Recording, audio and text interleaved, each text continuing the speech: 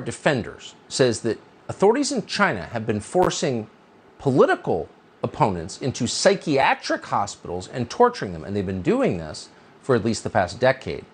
Dissidents are being subjected to electroshock therapy and enforced medications.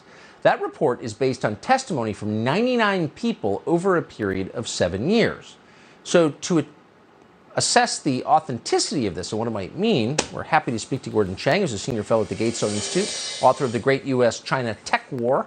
Gordon Chang, thanks so much for coming on. Is this real, do you think? This certainly is real, Tucker. And China's use of psychiatric facilities for political dissidents really goes back to the Cultural Revolution, which started in 1966. The Chinese got this from the Soviets because this was done in the Stalinist era. So this has been going on for decades. But, you know, this has really been come to the fore in 2000 when a landmark paper was published by a guy named Robin Monroe. And we've known all about this for a very long time. And the U.S. government has done nothing about this except to issue a ritualistic condemnation in 2002. That's the extent of it. I don't understand the thinking here. So if a tiny country, I don't know, pick one, Mauritius, Burkina Faso, isn't like fully up to date on trans rights, our State Department issues all kinds of threatening memos about it.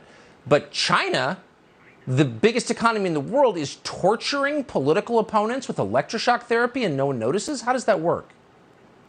It works because they're put into the police-run facilities. They're often not given a mental examination because they're perfectly healthy from a mental point of view. Yes. But they are, as you said, strapped down. They are pumped full of drugs. They are then given electroshock therapy, and they're held there for a long time. And you know, people come out unable to function as human beings. They're basically zombies. And then they're put back into these facilities again. They're called the Onkong. So when you see, for example, the Prime Minister of Canada, Justin Trudeau, say he's inspired by the way the Chinese government operates, what does that make you think?